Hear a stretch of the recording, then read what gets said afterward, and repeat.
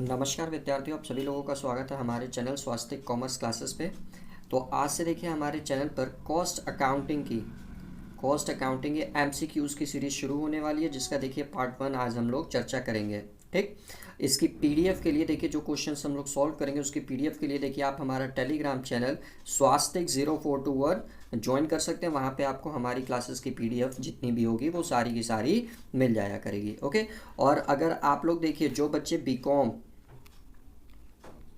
या एमकॉम के एस्पिरेंट हैं, मतलब बीकॉम और एमकॉम की पढ़ाई कर रहे हैं गोरखपुर यूनिवर्सिटी से, दीनदयाल उपाध्याय गोरखपुर यूनिवर्सिटी से, ठीक, तो वो देखिए फुल कोर्स की पढ़ाई करने के लिए व्हाट्सएप पर मैसेज कर सकते हैं। हमारा व्हाट्सएप नंबर देखिए 9682204406। ओके, बाकी ये कॉस्ट अकाउंटिंग की जो एमसीक्यूज है वो सबके लिए बेनिफिशियल है, चाहे वो गोरखपुर यूनिवर्सिटीज़ के हो चाहे अदर यूनिवर्सिटीज़ के हो।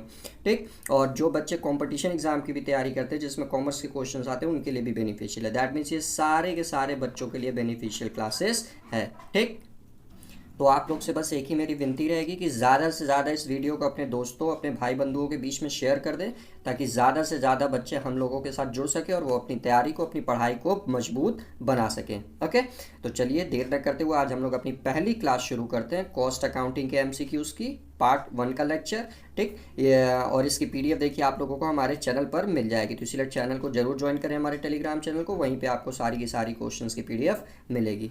ठीक, तो चलिए देर न करते हुए हम लोग अपने क्लासेस को प्रारंभ करते हैं।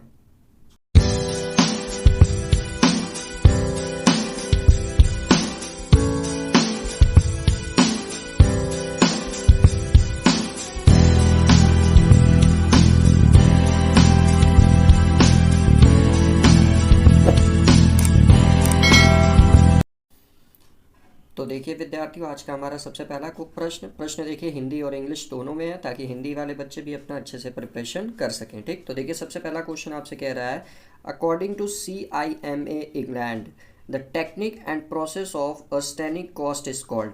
यानी कि CIMA इंग्लैंड के अनुसार लागत का पता लगाने की तकनीक और प्रक्रिया क्या कहलाती है। तो देखिए CIMA जो होता है इसका फुल फॉर्म आपका होता है, एक सेकेंड, तो देखिए विद्यार्थियों CIMA का फुल फॉर्म आपका होता है chartered institute of management accountants. ये याद रखिएगा, एमसीक्यू से ये भी क्वेश्चन पूछ सकता है कि what is the full form of CIMA England. तो याद रखिएगा CIMA का फुल फॉर्म होता है आपका chartered institute of management accountants. Okay, तो अब चलिए अपने क्वेश्चन की तरफ हम लोग बढ़ते हैं। तो क्वेश्चन देखिए आपसे क्या कह रहा था कि CIMA इंग्लैंड के अनुसार the technique and process of ascertaining cost is called, यानी कि लागत का पता लगाने की तकनीक और प्रक्रिया क्या कहलाती है? Costing, cost accounting, cost accountancy या कॉस्ट। ओके, लागत निर्धारण, लागत लेखांकन, लागत लेखा शास्त्र या लागत। तो बताइए CIMA इंग्लैंड के अनुसार लागत का पता लगाने की जो प्रक्रिया होती है उसको क्या कहा जाता है? तो उसको याद रखिएगा, कॉस्टिंग कहा जाता है। ओके, लागत निर्धारण।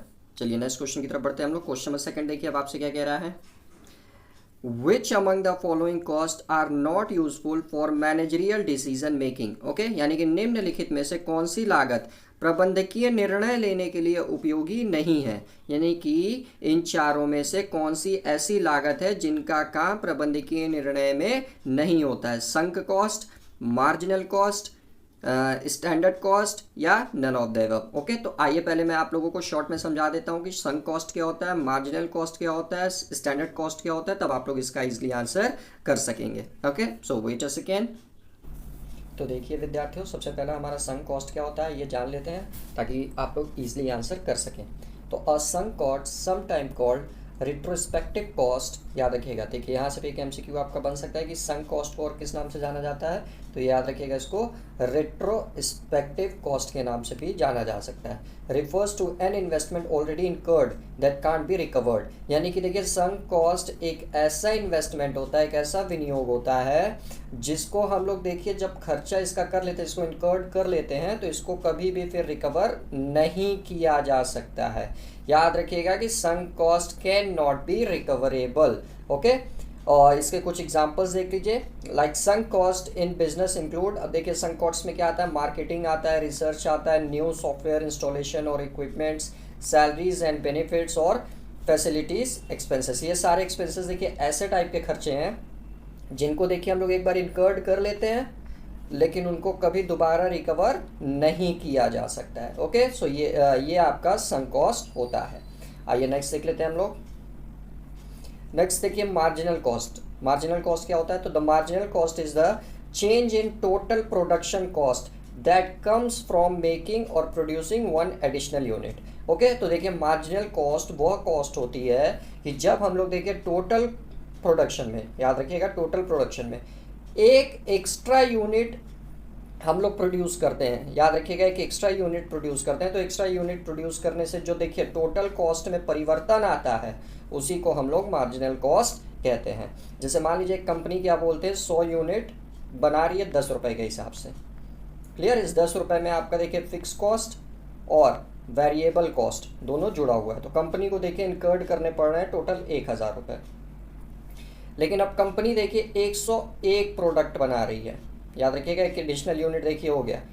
तब देखिए जो कंपनी का खर्चा हो रहा है वो देखिए 10 रुपये की जगह आपका क्या बोलते हैं लगभग 11 रुपये उठाने पड़ रहे हैं, क्योंकि देखिए वेरिएबल कॉस्ट में परिवर्तन आएगा। तो वेरिएबल कॉस्ट मान लीजिए 1 रुपये आपका बढ़ गया, तो अब देखिए जो आपका खर्चा होगा वो आपका 1111 रुपये होगा। क्लियर? तो देखिए कितने का फर्क आया, 111 रुपये का, तो ये इसकी देखिए मार्जिनल कॉस्ट कहलाएगी। इसका देखिए निकालने का फॉर्मूला होता है चेंज इन टोटल एक्सपेंसेस। तो देखिए टोटल एक्सपेंसेस में आपका 111 रुपये का चेंजेस आया, तो वो लिख देंगे हम लोग ऐसे 111 रुपये upon change in quantity of unit produced.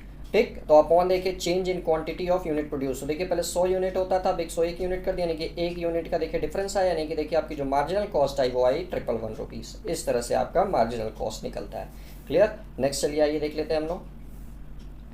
Next देखिए आपका स्टैंडर्ड कॉस्टिंग। ओके, तो standard costing is the technique of costing, यानी कि देखिए स्टैंडर्ड कॉस्टिंग जो होता है वो कॉस्टिंग फाइंड करने की एक टेक्निक होती है विच कंपेयर, देखिए जो कंपेयर करता है, तुलना करता है, किसकी तुलना करता है? स्टैंडर्ड कॉस्ट की। स्टैंडर्ड कॉस्ट देखिए आपका क्या होता है? प्री डिटरमाइंड कॉस्ट होता है, यानी कि ऐसे खर्चे जो हम लोग पहले से ही डिटरमाइन कर रखें कि हाँ भविष्य में मान लीजिए किसी भी एसेट्स को खरीदने या क्या बोलते हैं कहीं एक्सपेंसेस इनकर्ड करने में हम लोग को 100 रुपये मान लीजिए ऐसे खर्च होगा, ये हमने अनुमान लगा रखा है, पहले से प्री डिटरमाइन कर रखा है, उसी को हम लोग क्या करेंगे? Standard cost with actual cost is turn. लेकिन देखिए जब हम लोग रियल में उस प्रोडक्ट को बनाने गए तो 100 की जगह देखिए 110 रुपये मान लीजिए हमारे खर्चे हो गए।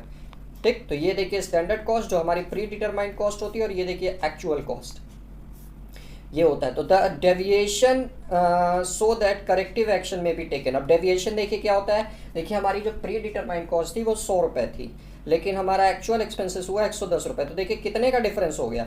10 रुपये का। तो ये 10 रुपये देखिए आपका डेविएशन हो गया। तो इस 10 रुपये का डेविएशन के पीछे कारण क्या था? तो उस कारण को पता लगाने की जो टेक्निक होती है वो आपकी देखिए स्टैंडर्ड कॉस्टिंग कहलाती है, ताकि जो 10 रुपये मेरे एक्स्ट्रा इनकर्ड किए गए हैं वो देखिए किस वजह से हुआ है। ठीक, ताकि हम लोग उस पर इमीडिएट एक्शन लेके उस कमी को ठीक कर सकें। तो ये देखिए आपका स्टैंडर्ड कॉस्टिंग कहलाता है। तो आइए अब हम लोग अपने एमसीक्यू पे चलते हैं। तो एमसीक्यू में देखिए आपसे पूछा था कि which among the following cost are not useful for managerial decision making. तो देखिए जो संक कॉस्ट होता है, संक कॉस्ट दैट मीन्स ऐसी कॉस्ट जो हम लोग ऑलरेडी इनकर्ड कर चुके हैं बट वो अब रिकवरेबल नहीं है, तो उसका देखिए मैनेजरियल डिसीजन में कोई भी काम नहीं होता है, मतलब प्रबंधक उस पर कोई भी निर्णय फिर नहीं ले सकते हैं उस आधार पर। क्वेश्चन नंबर 3 देखिए अब आपसे क्या कह रहा है? The main function of cost accounting is dash reporting, यानी कि लागत लेखांकन का मुख्य कार्य किसको रिपोर्ट करना होता है? इंटरनल यानी कि आंतरिक, एक्सटर्नल यानी कि बाहरी, गवर्नमेंट यानी कि सरकार, बैंक तो बैंक ही। क्लियर? तो बताइए जो मेन फंक्शन होता है कॉस्ट अकाउंटिंग का वो किसको रिपोर्ट करना होता है? इंटरनल, एक्सटर्नल, गवर्नमेंट या बैंक? तो याद रखिएगा कॉस्ट अकाउंटिंग जो होती है आपकी वो मैन्युफैक्चरिंग संस्था से संबंधित होती है। किस संस्था से? मैन्युफैक्चरिंग संस्था से, निर्माण वाली संस्था से। क्लियर? और इसका मुख्य उद्देश्य जो होता है वो क्या बोलते हैं? कॉस्ट कंट्रोल करने का होता है, यानी कि लागत को नियंत्रित करने का होता है। तो इसमें देखिए जो इसका रिपोर्ट होता है वो मुख्यतः आपका जो इंटरनल मैनेजमेंट होता है उसको हेल्पफुल करता है। तो इसीलिए देखिए इसका आंसर बनेगा internal reporting. Okay, question number 4 की तरफ बढ़ते हैं। 4 देखिए अब आपसे क्या कह रहा है? The information provided by financial statement is dash in nature, यानी कि देखिए वित्तीय विवरण, फाइनेंशियल स्टेटमेंट वित्तीय विवरण द्वारा प्रदान की गई जानकारी प्रकृति में डैश है। ओके, जो वित्तीय विवरण द्वारा जानकारी प्रदान की जाती है वो किस टाइप की जानकारी होती है? स्टैंडर्ड, प्रमाप, हिस्टोरिकल, ऐतिहासिक, मार्जिनल, सीमांत या यूनिफॉर्म समरूप। तो बताइए जल्दी आप लोग, जो वित्तीय विवरण द्वारा जानकारी प्रदान की जाती है वो प्रकृति में किस फॉर्म में होती है? ठीक, तो वो याद रखिएगा आपका हिस्टोरिकल फॉर्म में होती है। क्यों होती है आइए भी बता दूं। देखिए वित्तीय विवरण यानी कि फाइनेंशियल स्टेटमेंट, एक सेकेंड अच्छे से समझा देता हूं आपको। तो देखिए जो फाइनेंशियल स्टेटमेंट आपका होता है, फाइनेंशियल स्टेटमेंट, ओके, इसमें मुख्यतः देखिए 3 चीजें होती हैं। एक आपका ट्रेडिंग अकाउंट, एक आपका प्रॉफिट एंड लॉस अकाउंट और एक आपका होता है बैलेंस शीट। ओके, तो देखिए ट्रेडिंग अकाउंट जो होता है ये किस बेसिस पे बनता है? जो आप लोग ऑलरेडी एक्सपेंसेस इनकर्ड कर चुके हैं उस बेसिस पे। पीएनएल अकाउंट में भी इसमें देखिए सारे डायरेक्ट एक्सपेंसेस आ जाते हैं ट्रेडिंग अकाउंट में। पीएनएल अकाउंट में देखिए जितने इनडायरेक्ट एक्सपेंसेस और इनकम्स होती हैं उनको आप लोग देखिए इनकर्ड कर चुके होते हैं, मतलब उस वो खर्चा आप उठा चुके होते हैं, उन खर्चों की देखिए लेखा आप लोग इसमें करते हैं। और बैलेंस शीट में जो कंपनी के देखिए एसेट्स और लाइबिलिटी है, उस एसेट्स और लाइबिलिटी का देखिए जो लेखा जोखा होता है वो किया जाता है। दैट मीन्स जो आपके पास ऑलरेडी है। तो ये सारी चीज़ें देखिए आपके पास चीज़ें जो हो चुकी होती हैं, दैट मीन्स जो चीज़ें आप कर चुके होते हैं, इनकर्ड कर चुके होते हैं, उस आधार पर देखिए आप लोग फाइनेंशियल स्टेटमेंट अपना तैयार करते हैं। इसीलिए देखिए इसको हिस्टोरिकल कॉस्टिंग कही जाती है। ओके, हिस्टोरिकल कॉस्टिंग कही जाती है। क्लियर? तो आइए नेक्स्ट क्वेश्चन की तरफ बढ़ते हैं हम लोग।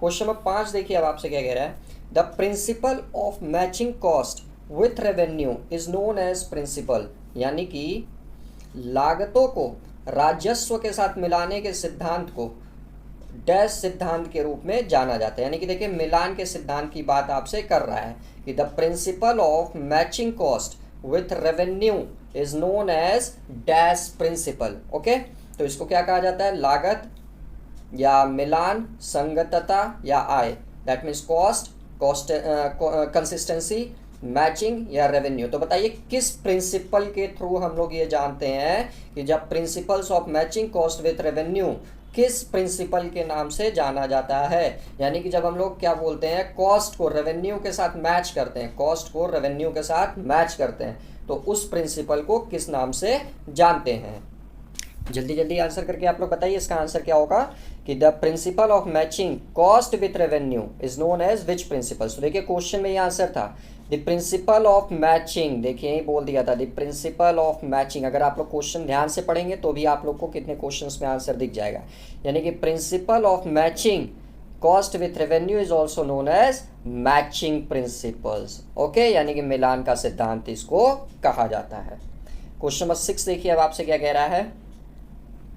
In cost accounting stock is valued at, यानी कि कॉस्ट अकाउंट में लागत लेखांकन में रहतिये का मूल्य डैश होता है। किस प्राइस पे होता है? मार्केट प्राइस पे, बाजार कीमत पर, कॉस्ट प्राइस पर यानी कि लागत मूल्य पर, सेलिंग प्राइस पे यानी कि विक्रय मूल्य पर, या स्टैंडर्ड प्राइस यानी कि प्रमाणिक मूल्य पर। तो बताइए कॉस्ट अकाउंटिंग में, लागत लेखांकन में जो स्टॉक का वैल्यूएशन किया जाता है वो किस प्राइस पर किया जाता है?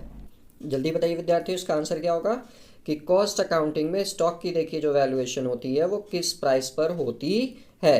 ओके, तो याद रखिएगा कॉस्ट अकाउंटिंग में जो स्टॉक की वैल्यूएशन होती है वो मार्केट प्राइस पे होती है, विक्रय मूल्य पर होती है। ठीक, और यहीं अगर आपसे क्लोजिंग स्टॉक बोल देता कि बताइए क्लोजिंग स्टॉक की वैल्यू किस पे होती है, क्लोजिंग स्टॉक का वैल्यूएशन किस पे होता है, तब देखिए जो आपका आंसर बन जाता है वो कॉस्ट अकाउंटिंग बन जाता है। क्लियर? अगर आपसे ये क्वेश्चन करता कि in cost accounting closing stock valued है, तब आपका कॉस्ट प्राइस बन जाता। और यही क्वेश्चन एक तरह से और पूछ सकता है आपसे कि अब यही कॉस्ट अकाउंटिंग की जगह अगर देखिए फिनेंशियल अकाउंटिंग होता, याद रखिएगा कॉस्ट अकाउंटिंग की जगह फिनेंशियल अकाउंटिंग होता है, तब जो आपकी देखिए स्टॉक की वैल्यू कैलकुलेट होती है वो देखिए कैसे होती है कि मार्केट प्राइस और कॉस्ट प्राइस में जो प्राइस कम होती है वो आपकी स्टॉक की वैल्यू बना देती है। याद रखिएगा, फाइनेंशियल अकाउंटिंग में जो स्टॉक का वैल्यूएशन होता है वो कैसे होता है कि जो प्राइस मार्केट प्राइस और कॉस्ट प्राइस दोनों में जो कम होती है वही आपकी स्टॉक की वैल्यू होती है। लेकिन फिलहाल इसका आंसर देखिए आपका बनेगा मार्केट प्राइस, क्योंकि कॉस्ट अकाउंटिंग में जो स्टॉक का वैल्यूएशन होता है वो मार्केट प्राइस पे होता है और क्लोजिंग स्टॉक का वैल्यूएशन कॉस्ट प्राइस पे होता है। क्लियर? चलिए नेक्स्ट क्वेश्चन की तरफ बढ़ते हैं। क्वेश्चन नंबर 7 देखिए अब आपसे क्या कह रहा है। The installation of system dash system, okay, the installation of dash system will create confidence in the minds of public about the fairness of the price charged। यानी कि डैश प्रणाली की स्थापना से जनता के मन में लगाए गए मूल्यों की निष्पक्षता के बारे में विश्वास पैदा होगा। जैसे मान लीजिए मार्केट में आप लोग कोई प्रोडक्ट खरीदने जा रहे हो, उस प्रोडक्ट का मान लीजिए दाम जो है वो 150 रुपये रखा गया है, ठीक। तो आप देखिए जब 150 रुपये पेमेंट कर रहे हैं तो आपके अंदर से ऐसा भाव होना चाहिए कि जो हम लोग 150 रुपये पेमेंट कर रहे हैं वो वैल्यू ऑफ द क्या बोलते हैं प्रोडक्ट जो है उसके लिए सुटेबल है। क्लियर? तो ये किस माध्यम से आपको पता चलेगा कि जो हमने 150 रुपये प्रोडक्ट का पे किया हुआ है वो देखिए हम लोगों ने फेयर वैल्यू पे कर रखा है, हम लोगों से कोई एक्स्ट्रा पैसा चार्ज नहीं किया गया है। ये कौन से लागत की प्रणाली का इंस्टॉलेशन जब किया जाए तो ये कंफर्म होता है। Costing, financial accounting, management accounting या इंफॉर्मेशन। तो बताइए, लागत प्रणाली, वित्तीय लेखा प्रणाली, प्रबंध लेखा प्रणाली या जानकारी प्रणाली, किस प्रणाली का अगर किसी इंडस्ट्री में यूज हुआ है तो आप लोग ये आश्वस्त रहेंगे कि जो भी प्रोडक्ट का पैसा हम लोग पेमेंट कर रहे हैं वो देखिए फेयर प्राइस आपसे चार्ज की जा रही है, फेयर वैल्यू आपसे चार्ज की जा रही है। ओके, जल्दी से आंसर करके बताइए कि किस प्रणाली का इंस्टॉलेशन अगर किसी इंडस्ट्रीज में हुआ है तो जो पैसा आप पे करेंगे वो आप फेयर वैल्यू पे करेंगे। Costing, financial accounting, management accounting या इंफॉर्मेशन। तो इसका आंसर देखिए बनेगा कॉस्टिंग। ओके, लागत प्रणाली। क्यों? क्योंकि देखिए जब भी लागत प्रणाली किसी इंडस्ट्रीज में लागू होती है तो वहां पे देखिए जो लागत डिटरमाइन की जाती है, जो कॉस्ट डिटर्मिनेशन की प्रक्रिया होती है वो देखिए गहन रूप से होती है, जिससे किसी भी प्रोडक्ट का देखिए जब टोटल कॉस्ट आ जाता है, ठीक, इससे देखिए आपके जो ऊपरी व्यय होते हैं उन पर कम लगाम लगती है जिनसे उनमें कमी आती है, और जो टोटल कॉस्ट देखिए फिर हमारा निकल कर आता है, इसमें देखिए कंपनी के एप्रोप्रिएट प्रॉफिट जोड़कर अपना सेलिंग प्राइस निर्धारित कर लेती है। क्लियर? तो इसीलिए costing installations will be your correct answer. Question number 8 देखिए अब आपसे क्या कह रहा है।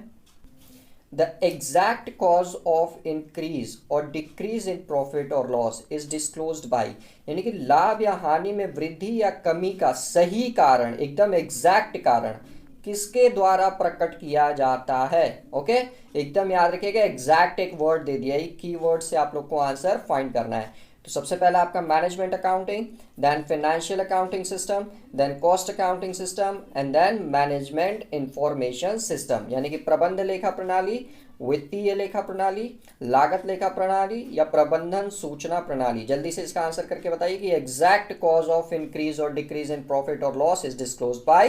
तो इसका आंसर देखिए आपका बनेगा कॉस्ट अकाउंटिंग सिस्टम, लागत लेखा प्रणाली। क्यों? क्योंकि देखिए आपका जो नॉर्मल देखिए प्रॉफिट और लॉस हम लोग निकालते हैं किसी भी कंपनी का, एक सेकेंड, प्रॉफिट एंड लॉस देखिए किसी भी कंपनी का हम लोग कैलकुलेट करते हैं वो देखिए हम लोग फाइनेंशियल अकाउंटिंग के तहत करते हैं। ओके, तो इसमें बस देखिए हम लोग क्या करते हैं, कितने एक्सपेंसेस हम लोगों ने इनकर्ड किए, कितनी इनकम्स हमारी हुई, वो सारी चीज़ें देखते हैं, उसी आधार पर हम लोग प्रॉफिट एंड लॉस निकाल लेते हैं। लेकिन यहाँ देखिए मैंने आपको सवाल में स्टार्टिंग में बता दिया था कि एग्जैक्ट कॉज पूछा था, तो एग्जैक्ट कॉज आपको कैसे पता चलेगा? कॉस्ट की डिटर्मिनेशन से, और वो कॉस्ट की डिटर्मिनेशन में आपका सहायक क्या होगा? Cost accounting system. That's why आपका आंसर सी करेक्ट होगा।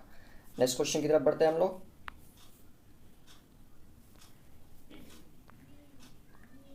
क्वेश्चन नंबर 9 देखिए अब आपसे क्या कह रहा है। Data required for fixation of selling prices provided by, अभी देखिए कुछ टाइम पहले ये, अभी थोड़ी देर पहले ही आपको ये क्वेश्चंस मैं कराया हूं कि जब विक्रय मूल्य के निर्धारण के लिए आवश्यक तथ्य किसके द्वारा प्रदान किए जाते हैं, यानी कि अगर किसी प्रोडक्ट या सर्विस का आपको सेलिंग प्राइस निर्धारित करना है, ओके, सेलिंग प्राइस निर्धारित करना है, फिक्स करना है, तो उसके लिए जो डेटा है वो कहाँ से आपको मिलेगा, उसके डेटा की रिक्वायरमेंट कहाँ से होगी, मैनेजमेंट अकाउंटिंग सिस्टम से, फिनेंशियल अकाउंटिंग सिस्टम से, कॉस्ट अकाउंटिंग सिस्टम से, या ऑल ऑफ दीज से।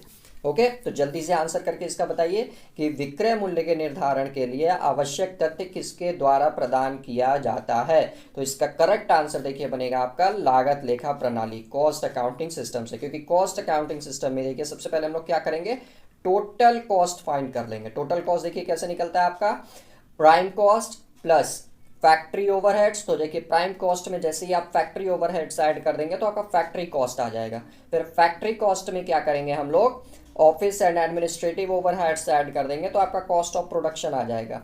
फिर कॉस्ट ऑफ प्रोडक्शन में जैसे ही आप selling and distribution overheads add कर देंगे तब जाके आपकी टोटल कॉस्ट आ जाएगी। और टोटल कॉस्ट में ही देखिए फिर हम लोग प्रॉफिट जोड़ लेते हैं जिससे कि हम लोग का सेलिंग प्राइस निकल जाता है। ओके तो इसका आंसर बन जाएगा लागत लेखा प्रणाली।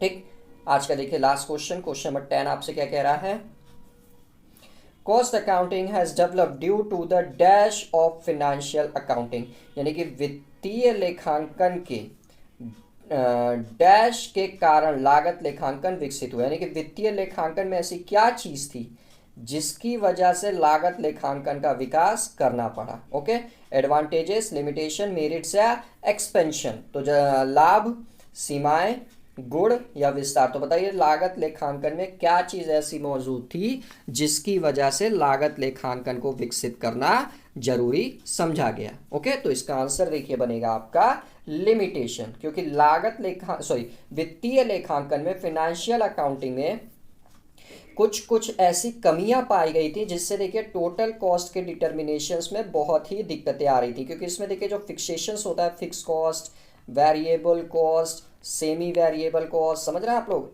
इन सब का देखिए प्रॉपर तरीके से फिनेंशियल अकाउंटिंग में डिटर्मिनेशन नहीं हो पाता था, जिससे देखिए टोटल कॉस्ट में आपकी दिक्कतें आती थी। तो इसीलिए देखिए फिर वित्तीय लेखांकन में कमी की वजह से लागत लेखांकन का विकसित किया गया था। तो इसीलिए इसका आंसर देखिए बी करेक्ट बनेगा। ओके